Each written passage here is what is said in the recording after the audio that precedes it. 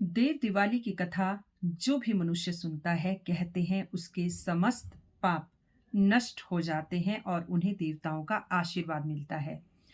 शिव पुराण में देव दिवाली की वर्णित कथा यूं है। कहते हैं कि प्राचीन काल में तीन भयंकर दैत्य हुआ करते थे।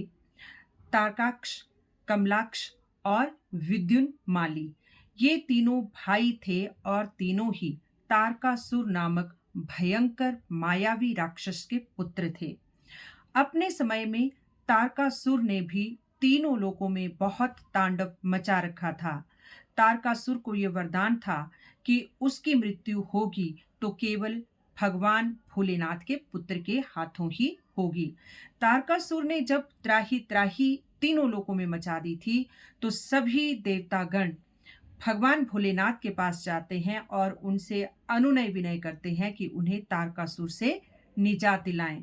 तो ऐसे में भोलेनाथ जी की आज्ञा पाकर कार्तिकेय और तारकासुर का भयंकर युद्ध हुआ था और उस युद्ध के परिणाम में कार्तिकेय ने तारकासुर का वध कर दिया। जब अपने पिता तारकासुर का वध होते तीनों भाइयों ने, तारकाक्ष, कमलाक्ष और विद्युन्माली ने देखा तो वो बहुत कुपित हुए और प्रतिशोध की आग में जलने लगे और बदला लेने के लिए देवताओं से उन्होंने ब्रह्मा का तप शुरू किया। उन्होंने अनेकों वर्षों तक ब्रह्मा का घोर तप किया, जिससे प्रसन्न होकर ब्रह्मा ने उन्हें दर्शन दिया और अमरत्व को छोड़कर कोई भी वरदान मांगने के लिए ब्रह्मा ने उनसे कहा। तो ऐसे में तीनों भाइयों ने ब्रह्मा से जो वरदान मांगा वो एक तरह से अमरत्व का ही वरदान था।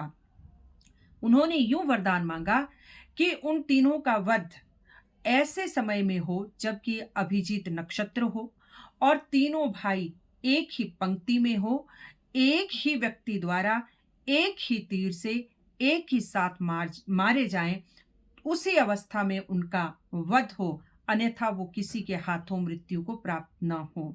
ब्रह्मा जी ऐसा कहकर उन्हें तथास्तु कहकर वहां से अंतर्धान हो गए।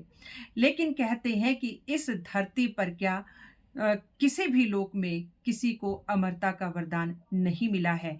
कोई ना कोई कारण किसी ना किसी की मृत्यु का बन ही जाता है। अब ब्रह्मा से जब तीनों भाइयों ने ये वरदान पाया, तो तीनों भाई जब एक साथ होते थे तो तीनों भाइयों का जो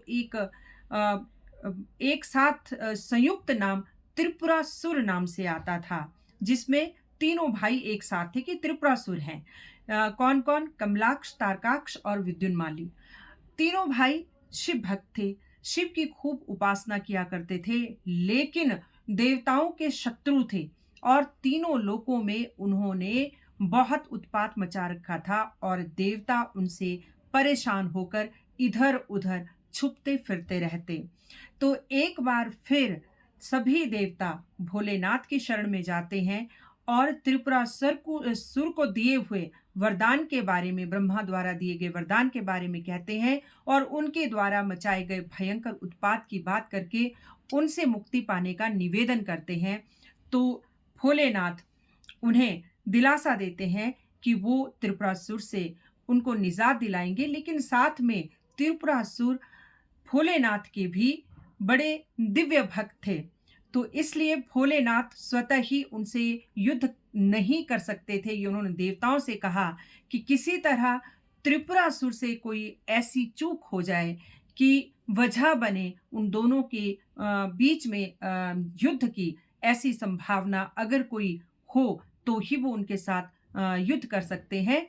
तो जैसे कि कहते हैं कि जो होने को कोई रोक नहीं सकता, त्रिपुरासुर से कोई गलती हो गई जिससे त्रिपुरासुर और भोलेनाथ के बीच में भयंकर युद्ध होना तय हुआ। लेकिन त्रिपुरासुर इतने शक्तिशाली थे कि भोलेनाथ को उनसे युद्ध करने के लिए भी बहुत सारी मशक्कत करनी पड़ी।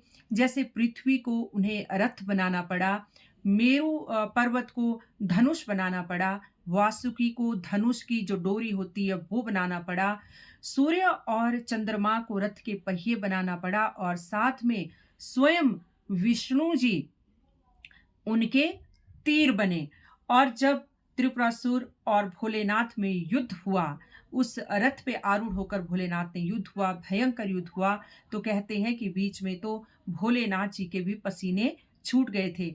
लेकिन आखिर वो समय आ ही गया। उस दिन कार्तिक पूर्णिमा थी और अभिजीत नक्षत्र था।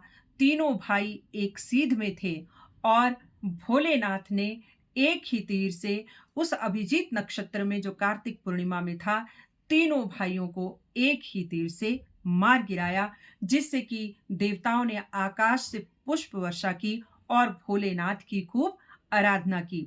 तो कहते हैं कि उसी दिन से देवताओं की दिवाली मनाई जाती है। उस दिन कार्तिक पूर्णिमा थी, देवताओं ने खूब दिए जलाए और एक मान्यता ये भी है कि इस दिन गंगा का अवतरण भी पृथ्वी पे हुआ था। तो ये भी मान्यता है कि इस रात देवता लोग गंगा तट पे आकर उसके किनारे दिए जलाते हैं। तो सनातनी लोग भारत में वाराणसी, काशी, हरिद्वार में गंगा के तट पे लाखों दिए जलाते हैं और काशी के तो 84 घाटों में हजारों लाखों दिए जलाए जाते हैं।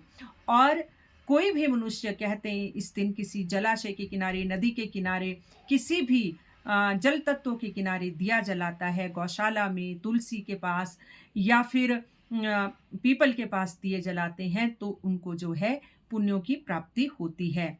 इस दिन कार्तिकेय की पूजा भी की जाती है, भगवान विष्णु की पूजा की जाती है, सूर्य, चंद्रमा, पृथ्वी, वासुकी, मेरु और स्वयं भोलेनाथ की पूजा अर्चना की जाती है। तो इस तरह से देव दिवाली का आज भी सनातन में बहुत अधिक महत्व है और ये परंपरा यूं ही बने रहे, भगवान भोलेनाथ का सब पे आशीर्वाद बना रहे, यही मेरी कामना है। हर हर महादेव।